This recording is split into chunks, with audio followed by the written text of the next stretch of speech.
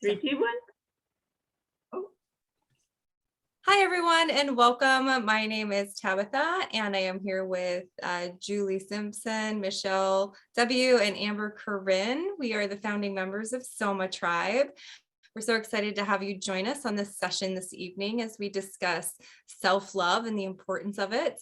And I'm really excited to let you know that Amber is going to be taking us through a process to help us reconnect with the sensation and the feeling of self-love. So I'm going to let everybody just give themselves a brief introduction.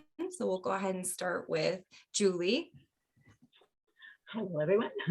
My name is Julie Simpson, and I'm an empowerment and wellness coach in Soma Tribe. And this, the subject of self-love has always been very, very near and dear to my heart, as it affects your energy, it affects your relationships, it affects your life in so many levels. And where this program and we're learning the processes we have and the knowledge and the curriculum will help any individual is getting over the limiting beliefs that we have all established, that we've all had to deal with, that we formulated early on and have affected us through our lives.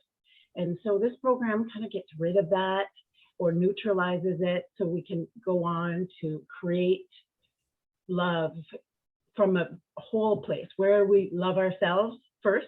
Our cup is full, so therefore we can love others. We have enough that we can give.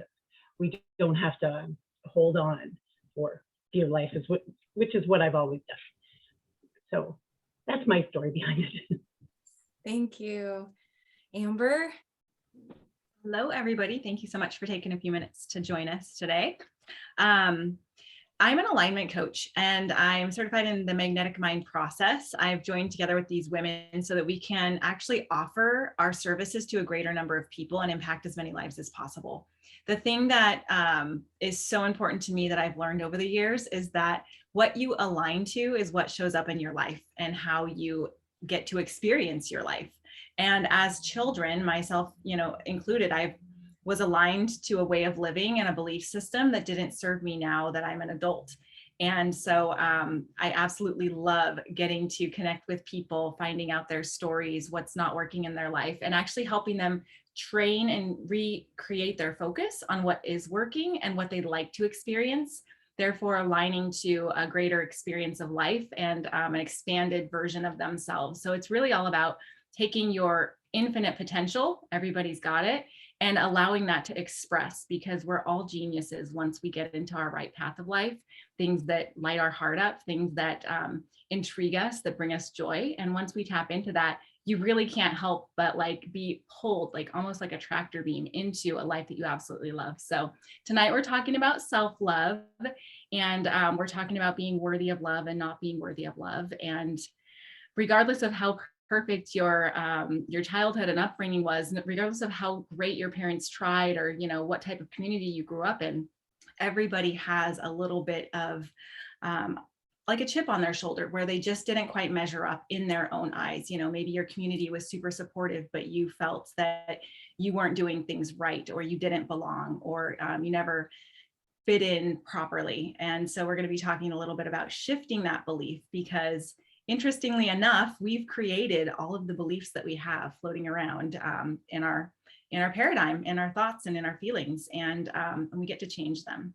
And that's a huge place of empowerment, when we actually get to change and choose what we want to experience. So very, very excited for this conversation and topic tonight. Thank you. And Michele? Hey, thanks, Tabitha, and thanks, Julie and Amber.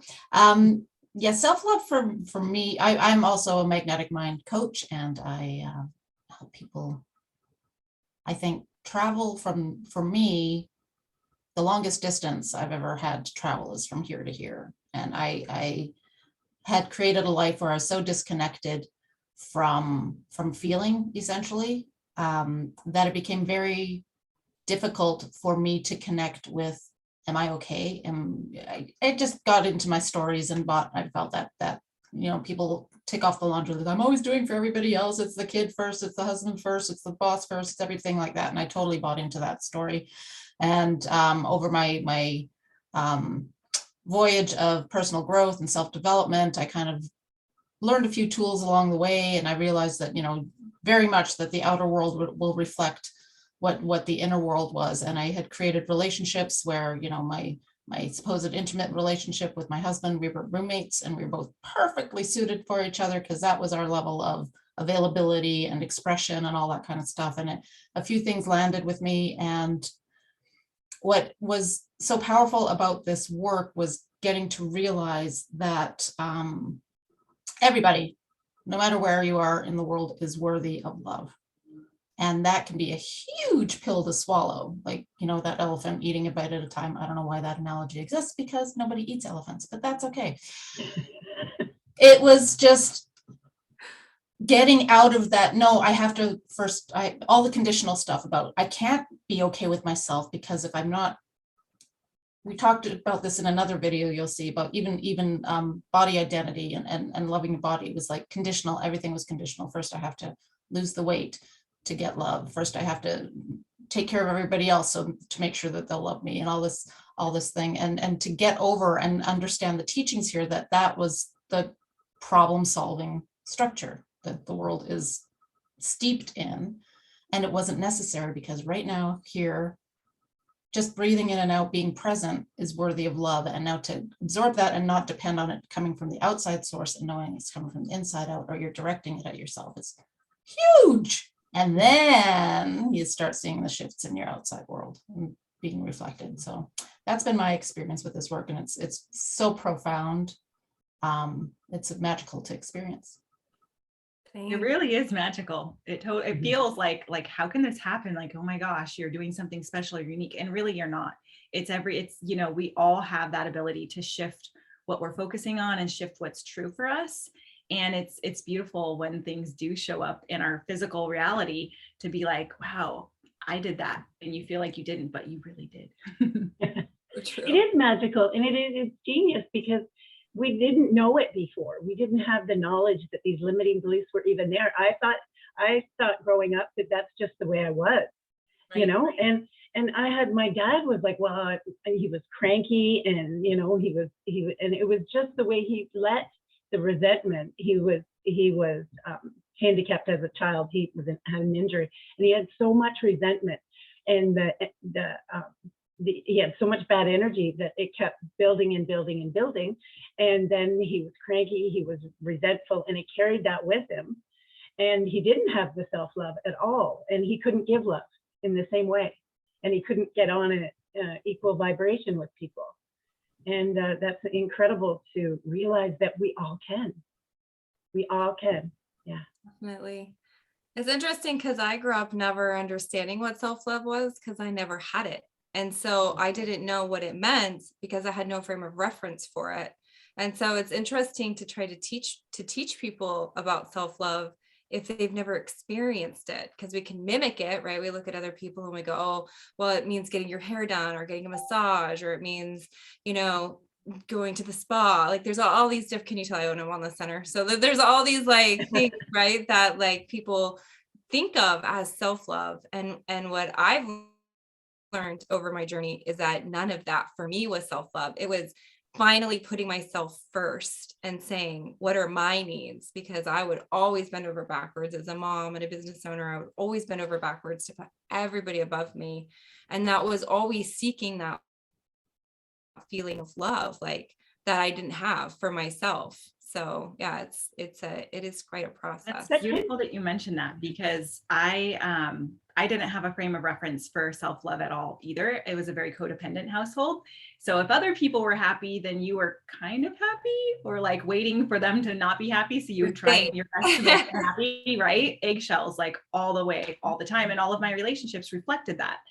And even with, friends and whatnot. And so, once I started practicing, the self-love movement hit, because it's been around for a while, I was coming at it from a place of trying to improve myself to get approval from others. Mm-hmm. And to make the distinction that I'm present for myself, I'm working on myself, I'm exercising for myself, I'm choosing nutritious foods for myself. I'm putting makeup on for myself, not because I want people to accept me, not because I think there's something wrong with my appearance, but because I genuinely enjoy the experience and I enjoy like pampering myself. It's a completely different experience. And to get to that place is just, it's so much freedom. Oh my God. And it brings so much joy to life every day.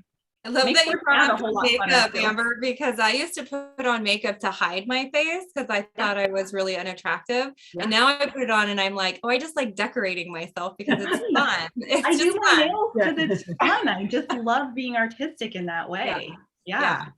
Yeah, I think my daughter taught me that. My 16-year-old taught me how fun it is to like decorate yourself and dress up and like take that time to like spend with yourself.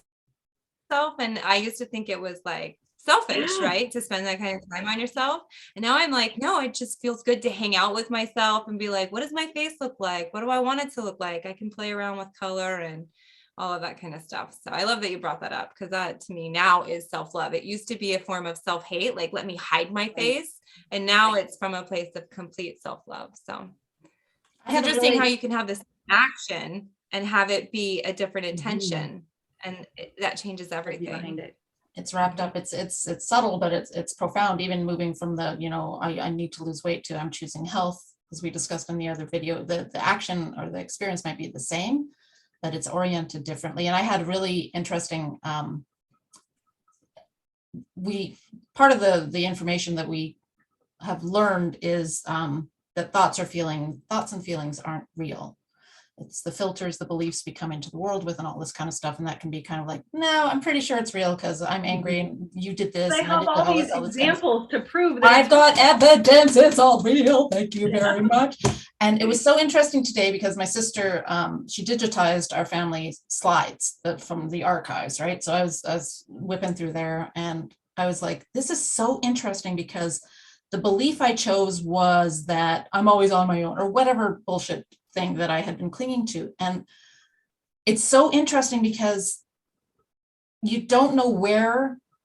I said, the preconscious memory is anywhere from 4 to 7 before you even have memories to blame things on. But I looked and I went, okay, I see all these baby photos, right? Oh, there's Michelle, all this kind of stuff. And I'm like, holy crap. And like they did all the things, right? They were throwing the birthday parties, we were playing outside, the big belly me and the bikini, like it was all there, all the classic, you are part of this, you are tribe. But at some point, there was some action, some tone of voice or whatever, and little me not understanding solidified that no, I'm the outsider, which there's tons of evidence that I wasn't, but that is the little seed that was planted. And then I rotated my life or whatever it is. But it's so interesting. And I went, well, see, thoughts and feelings aren't real. They're a snapshot, a moment in time that's like that locks in.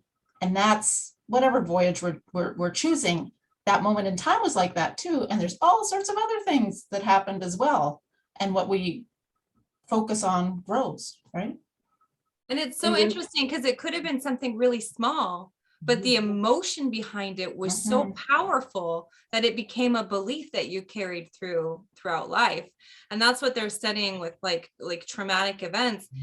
Somebody stealing your sandwich on the playground could be just as powerful as somebody, getting attacked when they're little in the mind, because you have no frame of reference for it being anything other than that. So just the emotion that you generated when you were little could have been something really minor, or it could have been something huge. It doesn't matter because when you're little, it's the emotion that came up that locks it in. So I like that you brought up that example because it didn't have to be some big extreme event. It could have been something really minor that could have brought that and locked it in. Yeah, but your body doesn't know any difference. It's like you said, the order of magnitude. There's no, but I'm not being bombed in a war somewhere. But somebody, like I said my sandwich, but your body reacts with the same threat. And it's like, oh, that's locked in there now. Woohoo! Because at 5, you have no frame of reference that there's other stuff. It's all about you. So like those memories are all locked into your tissue, and then you operate from that. You brought up a really good point. You said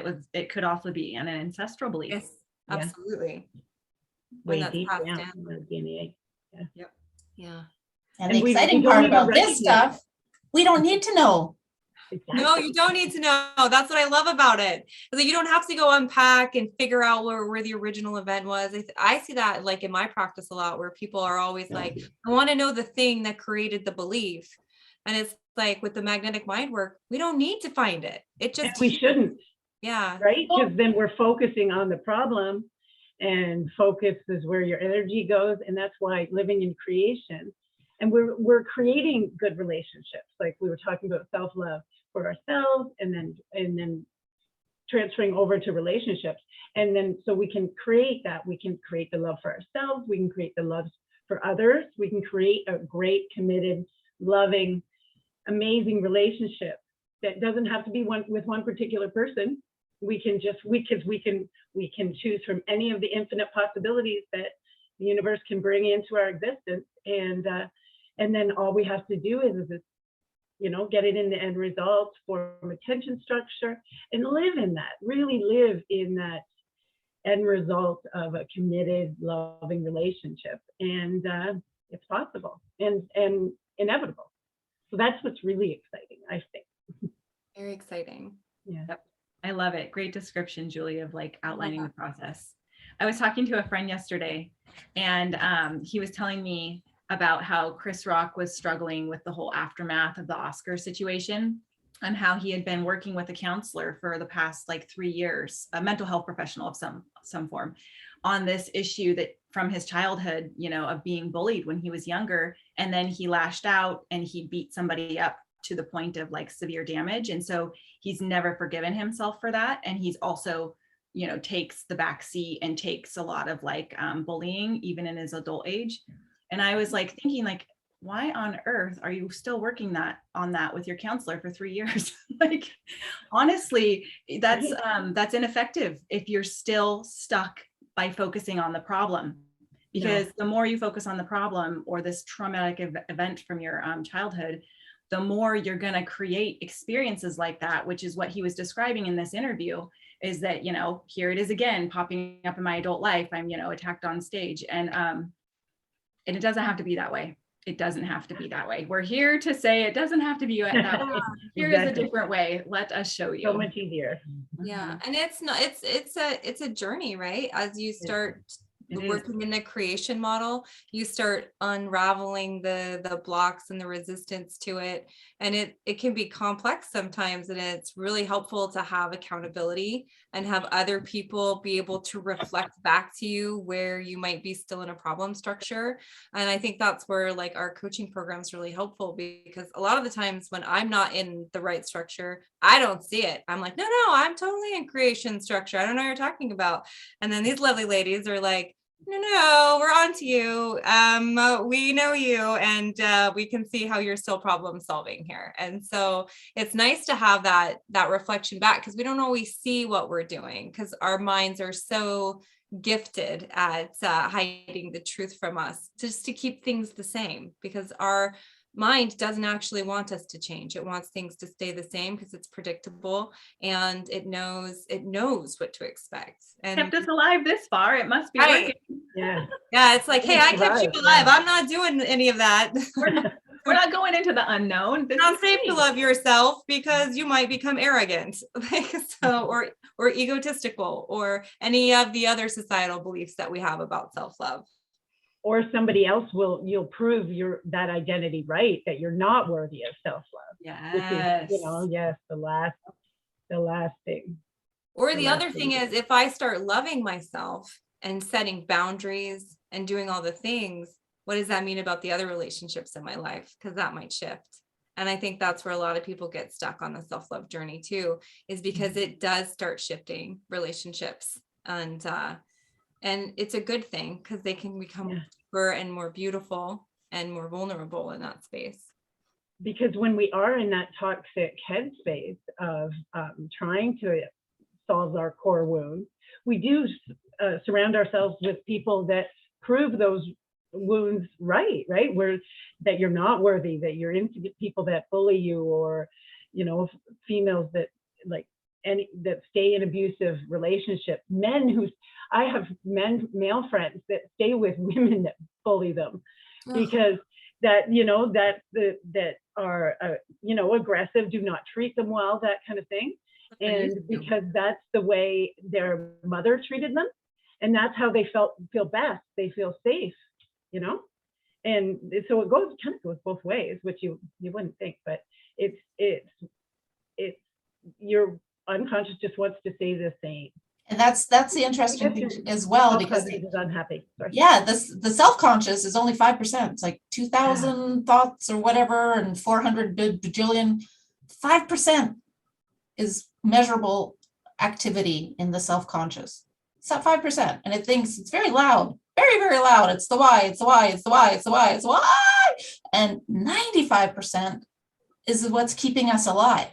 And it's got the pattern and the memory, and it'll start popping up stuff. It'll go, okay, here's why, maybe, here's why, we'll make something up, here's another reaction, all this kind of stuff. So to have the methodology and the technology to go, just acknowledge everything. It's not invalid. This happened to you, whatever you're experiencing, and finding the reasons and all that kind of stuff. It's not ignored. It's acknowledged. And it's honored for everything it has done to keep you literally this vessel alive in its patterning. So it wants to stay with familiar, even if it's an abusive relationship. That's okay. It's familiar, hurts, but it's alive. It's okay. Another one, another one, another one. So the way we can work to acknowledge it all, honor it, and just let it go without the digging, without the unearthing, because we're such powerful creators. If you're oriented to find problems, you will. Endless ones. Definitely. And if you're not focused on something that you want, something that you would love to enjoy or experience, you're going to be running on default, just like Michele, like you're mentioning, is like your personality, what you're using to like listen to us, what we're using to communicate on this video right now, thinks that it's running the show, but it's really the unconscious, which is making your heart beat, which is breathing your lungs, which is having your immune system function properly. That's actually what's running everything if you're not putting your full attention onto what you want to experience in your life. Nothing's going to change. True. Yeah. So much of my life was around survival and around obtaining belonging. It was about belonging somewhere. And I compromised everything for myself, my health, my energy levels, just to belong. And I could never belong with them because I never belonged to myself. And so until I started belonging to myself, I could never find belonging. And it was amazing when I started on that journey, because now I feel like I have such a beautiful relationship with myself that like I always belong. It doesn't matter if there's another person around or whatever. I'm always in belonging because I now belong to myself. That sounds a little cheesy, but it's true. Like, I mean, it's true. Yeah. Like, so what was the catalyst for you? I know the catalyst for me with self-love was when my father died when I was 23. I had a major depression. I think I gained like almost 100 pounds on top of what I was already weighing. I almost lost my job. It was really catastrophic for me. It was unexpected. And I started going, thank God, I started getting some help in counseling, but it gave me a new perspective on what life could be and what I was capable of. But it still focused on the problem. So it's been many years after that where I've had to continue to expand my self-awareness and my consciousness at what I'm capable of, what I'm worthy of, and what I want for my life instead of focusing on the pain of that event. But what was the catalyst for you ladies with self-love? I think mine was, again, it was incremental, all the different programs and modalities and learnings and retreats and all this stuff, not to discount it at all, was valuable contribution. And mine ultimately came with my personal relationship when I just had this epiphany of the disconnect between us was so profound that I'm like, I can't believe this is actually what I would call a marriage. And then the next question I asked myself is this modeling anything that I would wish upon my child? Because what do? We go out in the world and we model it, right? And so that became my kind of guiding choice of I need to show up differently. And that the initial motivation was for my child, but of course it's dependent on me. And then one click led to another and I found this word. glad you did. Here we are. I think for me, it was a fairly recent thing. I also didn't, as Amber mentioned, understand what self-love was. I lived in survival mode. Like, I was happy, but I wasn't. I was doing the things. I had the job, but just surface level happy. Like nothing fired me. Nothing. And I went to university for what I thought I should. I got into business because I thought I should. I wanted to work with people, so I got into HR. Well, that was ridiculous because HR is the worst thing when you're trying to help the people and you're really against the people because you're working for the company and we won't get it. But so even when I started doing self-development, I knew there was something more for me. I wanted to feel something inside. I didn't feel inside. I felt from, I went through bouts of drugs and alcohol to feel, abusive relationships to feel, and I didn't feel, even looking at my dog, who I love very much, I didn't feel. And so I got into personal development, and then when I discovered this and antidepressants, and I sound like a mess, but that you sound human. You sound human. You sound human. Insert anybody else's name on this call, and that's when I realized I wasn't broken and it wasn't just me. That's not just a tagline. I'm actually, you put 100 newborn babies in a row, and which one of them isn't perfect, right? We have no differentiations besides the circumstances we were raised in. We are all perfect. We all deserve love. We all deserve anything. And it's our limiting beliefs that are making our thoughts that are making us not sad, but just not willing to do things, not willing to get out.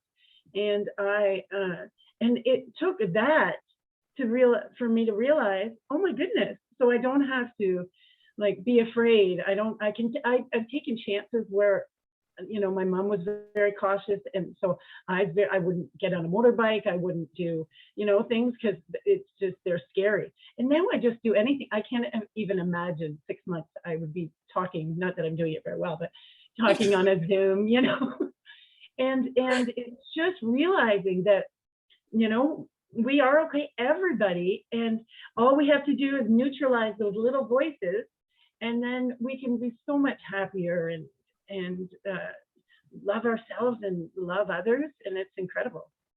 That's a long story for a short answer. Well, thank you. That was really beautiful, and you're not alone on that story. For me, I had just one catastrophic event after another, and it was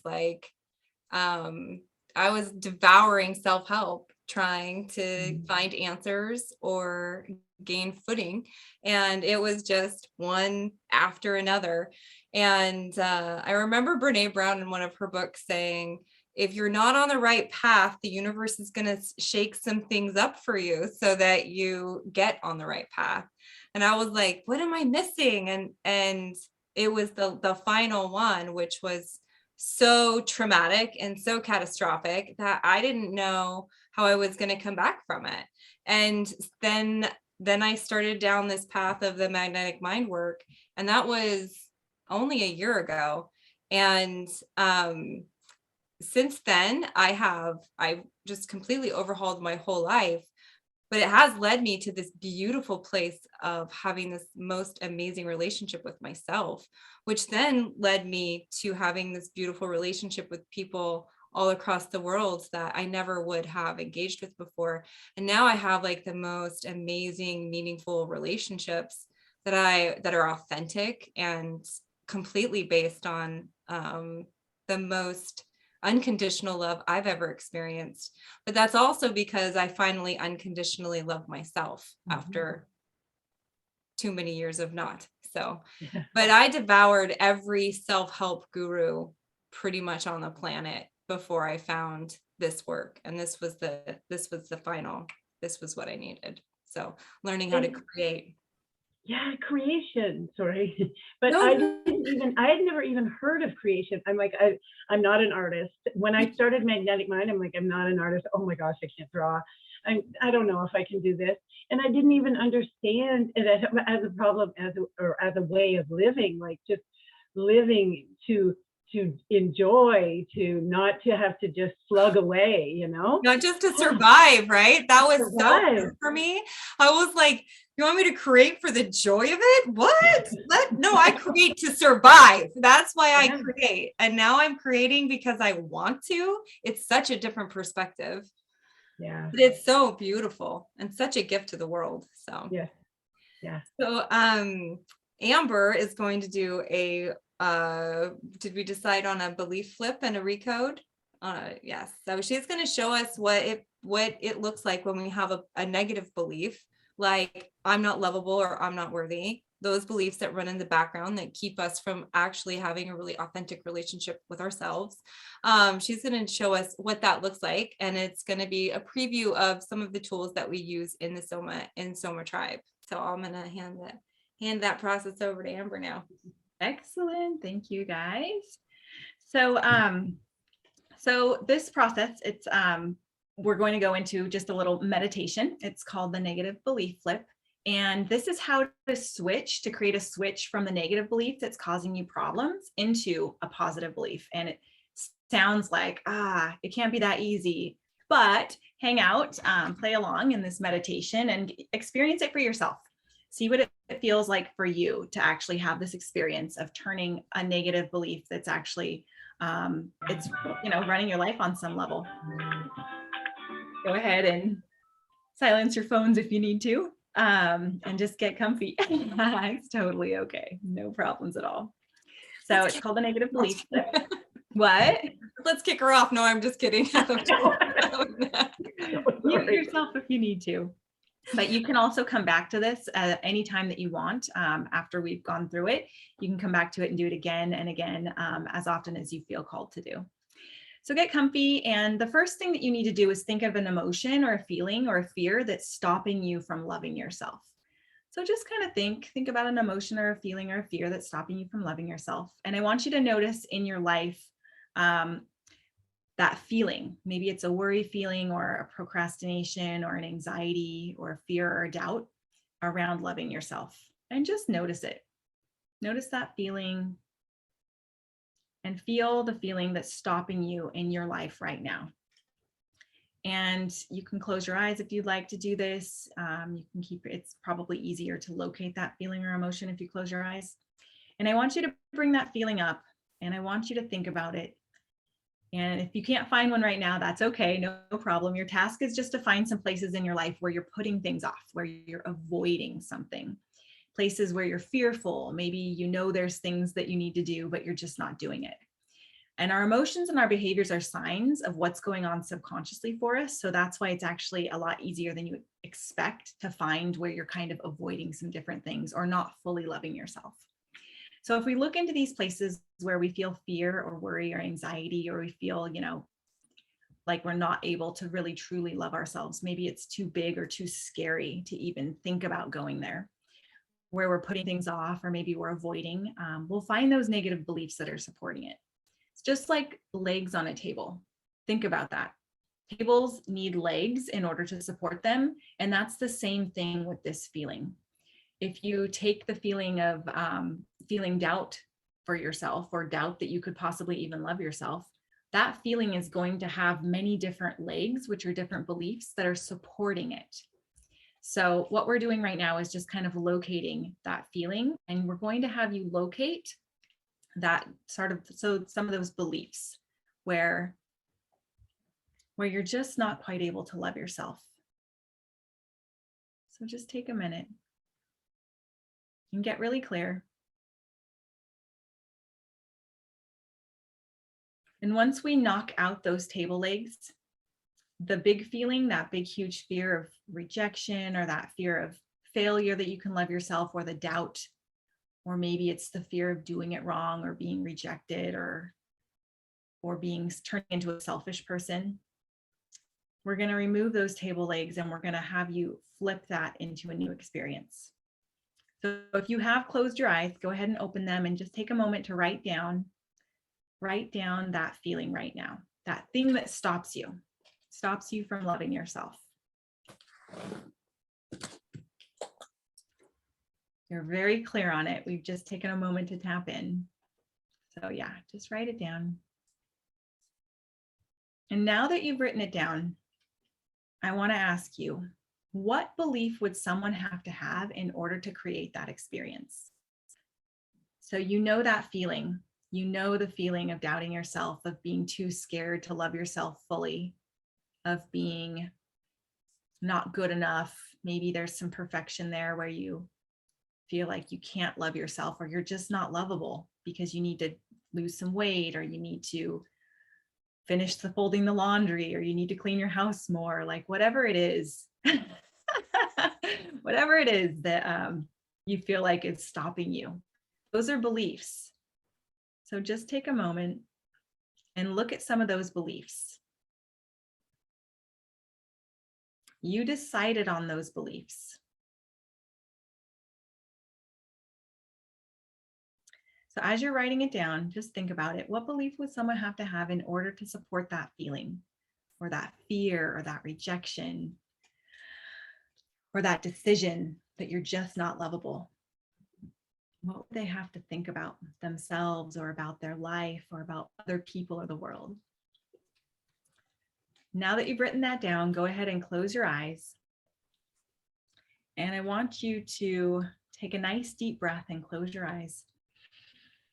And as you close your eyes, I want you to bring up this belief, one of those beliefs in your mind. It could be the biggest one, the one that's the scariest, or the biggest, or the hardest, or maybe it's one that you've been working on for a while. If you need to take a peek at it, that's totally fine. Take a peek at what those beliefs are, and just pick one and bring it up in your mind. And I want you to feel what it feels like to be the person who has this belief. And just take a deep breath in and a deep breath out. And I want you to feel your body relax with every breath in and every breath out, and just relax more and more. As you're breathing in and you're breathing out, and you're relaxing more and more and more. And you're sinking into your seat and sinking into your chair, and just go ahead and open up your energy field. If you'd like some additional support in this process, give me permission to connect with your superconscious. And if you don't, that's okay. You can just continue following along with your eyes closed, and it'll be just as effective, no problem. And you're just relaxing more and more, and you can feel the relaxation starting at the top of your head, and it's just washing over you like a warm bucket of water, and it's just melting all the tension from the day down through your head and your shoulders and your neck and your torso, and your arms are relaxing, and your stomach's relaxing, your hips are relaxing, your thighs, your calves, your feet, and you just feel so much more relaxed. And now I want you to grow yourself younger in your mind. You're going to grow yourself younger from the age that you are now. You're going to start growing yourself younger. And you're going to grow yourself younger, holding that belief in your mind, that belief that you're not lovable, holding it in your mind, growing yourself younger. And you're going to grow yourself younger all the way back through high school, through middle school, through elementary, until you reach the place where you created that belief in your mind. All the way back, just keep going all the way back through all of your experiences. Go all the way back until you can't access that belief anymore. You can just feel it. You don't have that belief in words, you just feel that same feeling, where that belief is supporting that feeling. There's a time in every human's life where they created the belief. You created this belief. Everyone has created their beliefs. So grow yourself younger until you get all the way back where you just feel the feeling. You can't think of the belief anymore, but you just feel it. And this is definitely a place before you created it. Now, back then, you just were innocently living life. And I want you to ask yourself, is that belief what you truly wanted to create, or would you rather have had something different? You were innocently creating life, and you wanted to have something different. but you created that belief because that was the way life went. So now connect with what's the opposite of that belief? The opposite of the belief that you're holding, that feeling. You might have been believing that you have to be a certain way in order to be lovable, that you're too fat or you're too skinny or you're too old or you're too young or you're just not enough in some capacity. You need to be different. What's the opposite? So if you have a belief that I'm not lovable, just flip into the opposite, that I am lovable. If you have a belief that I'm not good enough, I don't belong, flip into the opposite of I am good enough, I do belong. Maybe you have a belief that I'm just not attractive. Flip into the opposite of that. I am attractive. Now, just for a second, hold that in your mind. And can I ask you a question? Keeping your eyes closed, I'm going to ask you a question. Think about it. Think about every great person who's mastered a skill. Think about Serena Williams playing tennis. Do you think that she was perfect when she very first started playing tennis? Was she absolutely smashing the ball over the net perfectly, exquisitely every time?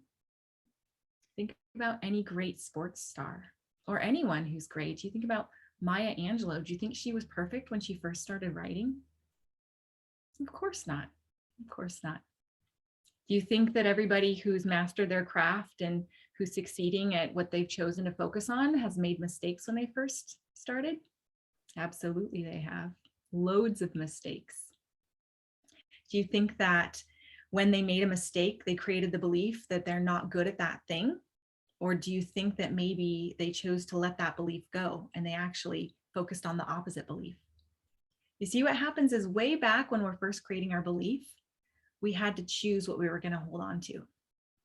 So as we move forward, I want you to find a time in your life when you start to feel that old belief starting.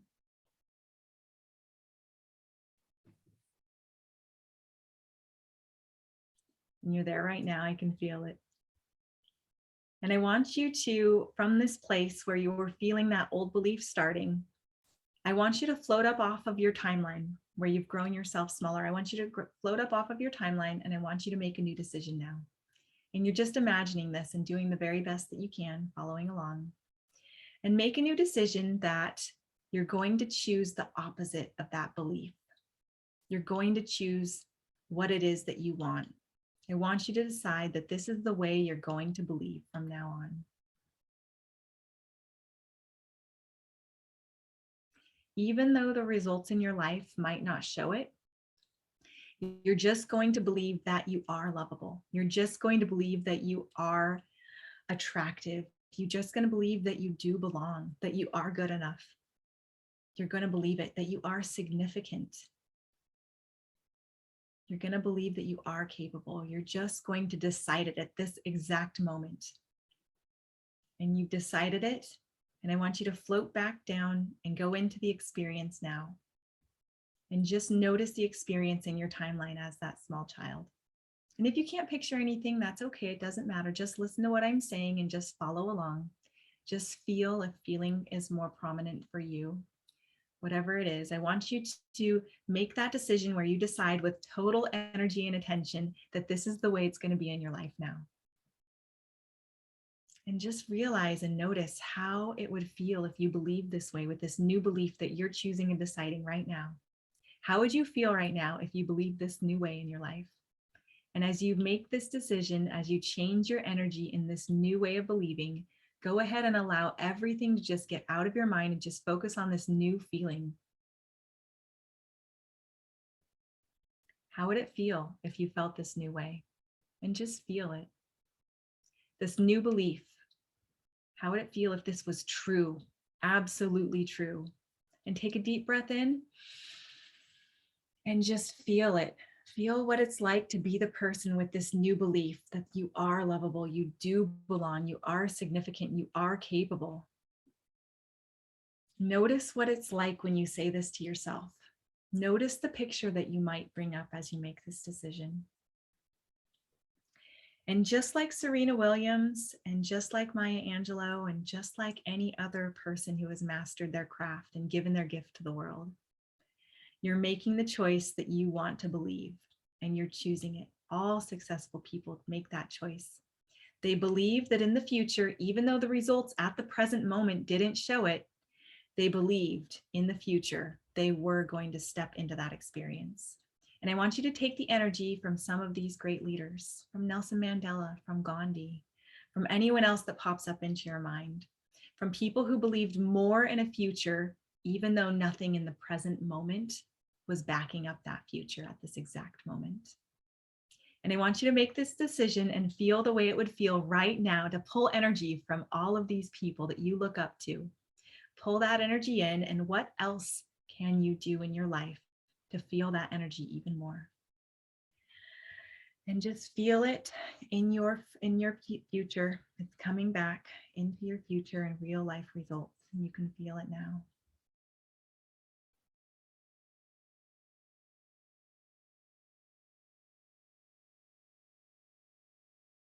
And with this new decision, you can only start growing a little bit older and a little bit older. You know what age you are when you make this decision. And from that age, I want you to start growing older little by little. You've made this decision. You're lovable. You are acceptable just as you are. You're capable. You're important. You matter the way that you are right now. And you're starting off with this new belief. And as you're growing yourself older from that moment, whether you can see it or feel it or not, whatever is happening for you is just perfect. Feel that new decision, that new belief, carrying with you through your life as you grow older and older. And I want you to grow yourself older. And as you grow yourself older, I want you to notice how you start to feel differently, because you've chosen to experience life differently. You've chosen to be different. You've chosen a new choice. And the results might be the same, but you've chosen to feel different. So you might still have these experiences in your life, but you feel differently with them. And at some point, the results change. As you move older, the way that you're feeling starts to change, and the way that things show up. So you're bringing yourself all the way into the present day, and you're feeling this new feeling and this new choice and decision. You've grown yourself older, and I want you to catch up into the present moment with this new decision, this new way of feeling.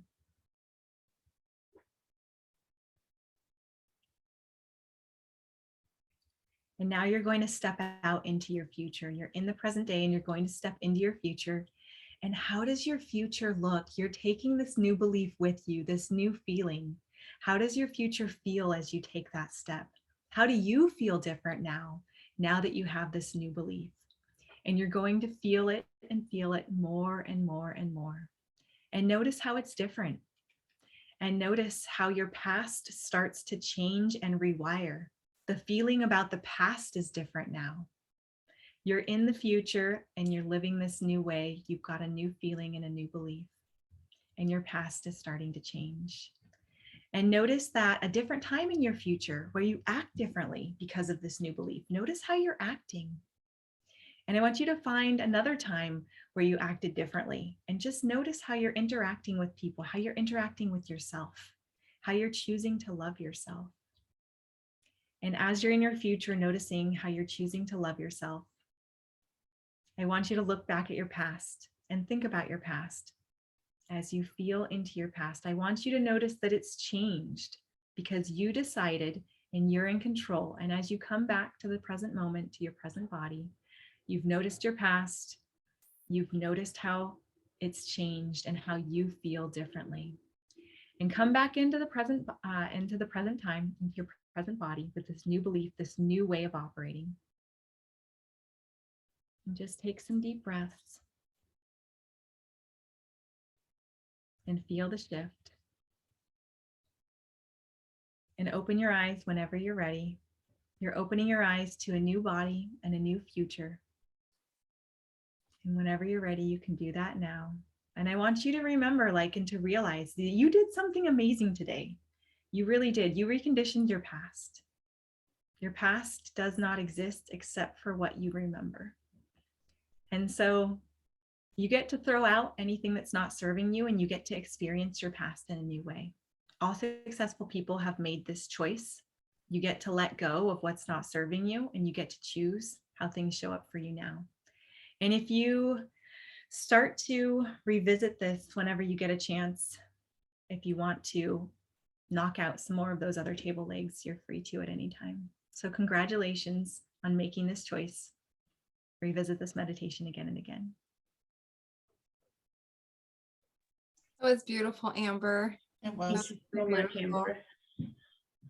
Good job for everybody making the choice. Yeah, that was really beautiful. I really like that exercise. Thank you. I didn't realize it was still dusting around in there. And then some stuff that needed cleaning up came up, and I was like, oh, it's still looming in there. I can see it now. So it's funny, like even as you do the work, how it's so nice to have these exercises to continue to do over and over again, because it's layered, right? And there's a lot of dust that's left in the back of the closet that needs cleaning once in a while. So And Yeah, there's a it was lot super- of different ones too. I came up with something. I went with a different thing that just hit me that I didn't even realize was bothering me. And I visualized exactly what it was, and I feel different. I feel more comfortable. Wow. That's an amazing That's process. what, very similar, it's something that, go back to the event, is like, I haven't thought about that. I don't know, maybe since it happened. It was interesting. Where you go. Yep. And that's the belief and the feeling that's driving your present day actions. And now you've just stepped into a new experience that you chose with your current awareness and your consciousness. So you don't have to have that experience that you've had in the past anymore. You get to have a new one now and in your future. Thank you, so Amber. much. Yeah, that was gorgeous. So this is just one example of the many tools that we teach in Soma Tribe. And also, as you can see, the sharing the four of us have with each other is also an example of what you get to experience in Soma Tribe, which is that shared healing experience. And there's so much scientific evidence supporting the idea of co-regulation with our nervous systems and how we heal in a tribal community and how we really heal in a group environment, because we learn from each other, we support each other, and we can express and share love and energy, especially when you don't have it for yourself. And that is one of the things I think that's really unique about Soma Tribe, is that our coaching program is not an isolated event. It's a very cohesive group that loves and supports each other through this journey of self-discovery and transformation. Yeah, it's powerful in that we were just chatting about it over the course of our discussion about all the modalities we can have had experience with and learnings we've had along the way, and every step along the way is a contribution. Absolutely.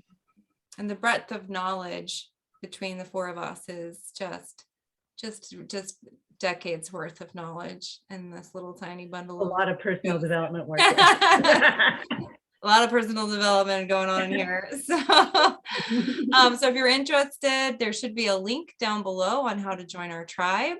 And we very much hope that you do. We have a monthly coaching program that you can sign up for.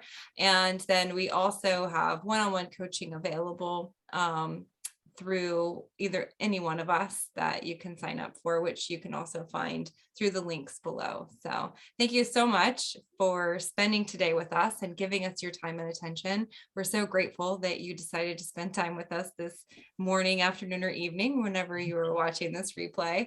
And we really hope to see you in our little family so that we can help love and support you as you grow and develop on your journey. Thank you. Thank Bye, you, guys. ladies. Hey.